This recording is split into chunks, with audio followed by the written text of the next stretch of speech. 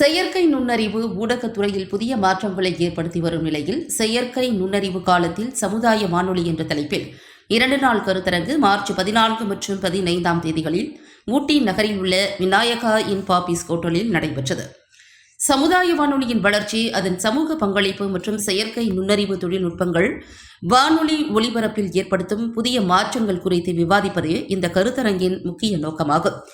மேலும் சமுதாய வானொலி நிலையங்களை தொடங்க விரும்பும் நிறுவனங்கள், சமூக அமைப்புகள், அரசு அல்லாத அமைப்புகள், கல்வி நிறுவனங்கள் மற்றும் ஊடக ஆர்வலர்களுக்கு வழிகாட்டும் வகையில் இந்த கருத்தரங்கு ஏற்பாடு செய்யப்பட்டிருந்தது.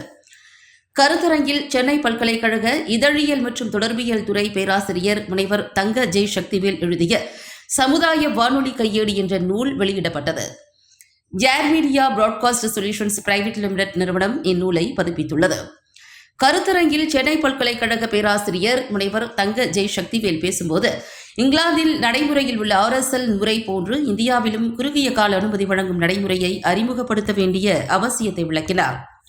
இதன் மூலம் 1 மாத கால அனுமதி பெற்று பொங்கல் FM, ரமலான் FM போன்ற சிறப்பு சமுதாய வானொலி நிலையங்களை இயக்கும் வாய்ப்பு உருவாகும் என்றும், இது புதிய வேலை வாய்ப்புகளையும் வானொலி வளர்ச்சியையும் ஊக்குவிக்கும் என்றும் அவர் கூறினார்.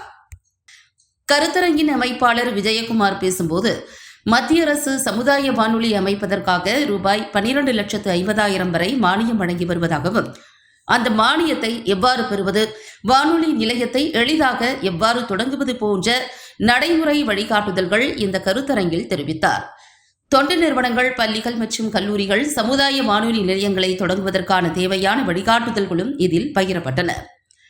2ஆம் நாள் அமர்வில் வரும் டிசம்பர் மாதத்தில் நடத்த திட்டமிடப்பட்டுள்ள சர்வதேச ஊடக கருத்தரங்கிற்கான முன்னேற்பாடுகள் குறித்து கலந்துரையாடல் நடைபெற்றது.